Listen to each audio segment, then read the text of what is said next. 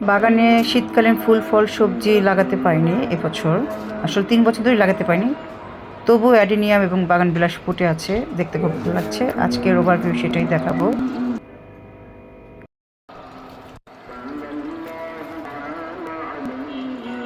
আবার বীজে আরো বড় বীজ হচ্ছে। এখন 3টা গাছে বীজ আছে, ও 4টা। এটা কবে হলো এটা দেখলামই না।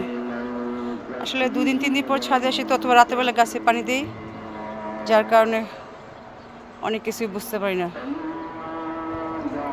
আসলে 3টা বছর ধরে রাস্তার সমস্যা, প্লাস আব্বা আম্মা অসুস্থ, প্লাস আমাকে বেশ কিছু বিড়াল মারা যাওয়াতে আমিও মানসিক এবং শারীরিকভাবে বিধ্বস্ত ছিলাম। তো বাগানটাকে তাও বাঁচিয়ে রেখেছি। আর বাগান প্রতি ভালোবাসা তো আমার সেই শৈশব থেকেই, কিন্তু যতটুকু না পারে ততটুকু করার চেষ্টা করি। তো এখানে এইটা হচ্ছে আমার কলম করা চারা গাছ।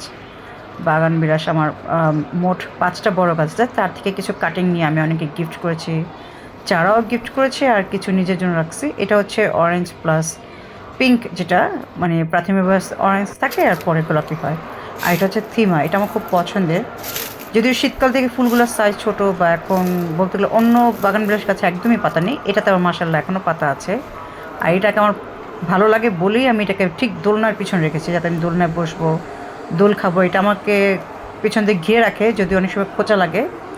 এটার ফুলের স্মেল নেয়, কিন্তু আমার দেখতে খুব ভালো লাগে, এই জন্য আমি এটাকে শখ করে আমার একদম ছাদে, 6তলার ছাদে দোলনার পাশে রেখেছি।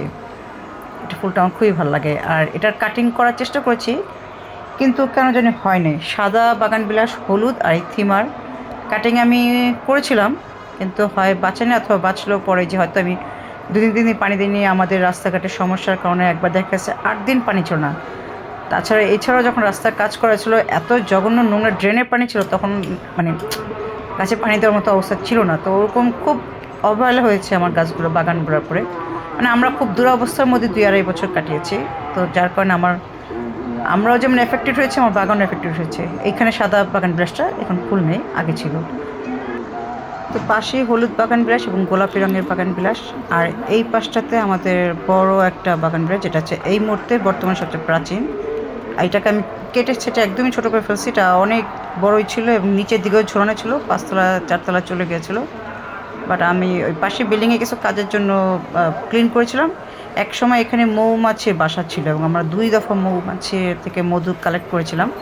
কিন্তু দ্বিতীয় দফার যে লোকটা এসেছিলো, সে আসলে ভালোভাবে কাটিং করতে পারেনি, পুরো বাসাটাকে নষ্ট করে ফেলছে এবং প্রচুর মৌমাছি মেরে ফেলছিল। তো এরপরে আর কখনো মৌমাছি এখানে আসে নাই, বা ওরা আর ভরসা করে নাই। তা আমিও ডালপালা কেটে ছেড়ে ছোটোই করে রেখেছি। তো এই হচ্ছে আমার আজকে বাগান বিলাসের, যদিও পাতা নেই কিন্তু ফুলে ভরে আছে। তো বাগানটাকে আমার আসলে সেভাবে রেগুলার পরিষ্কার করা হচ্ছে না, আবার এত পাতা ঝরে শীতের দিনে, তো আসলে ঝাড়ু দিয়েও আমি কুলাতে পাই না। তো সকালে এসেছিলাম গাছে পানি দিতে আর একটু সবজিগুলোকে দেখতে।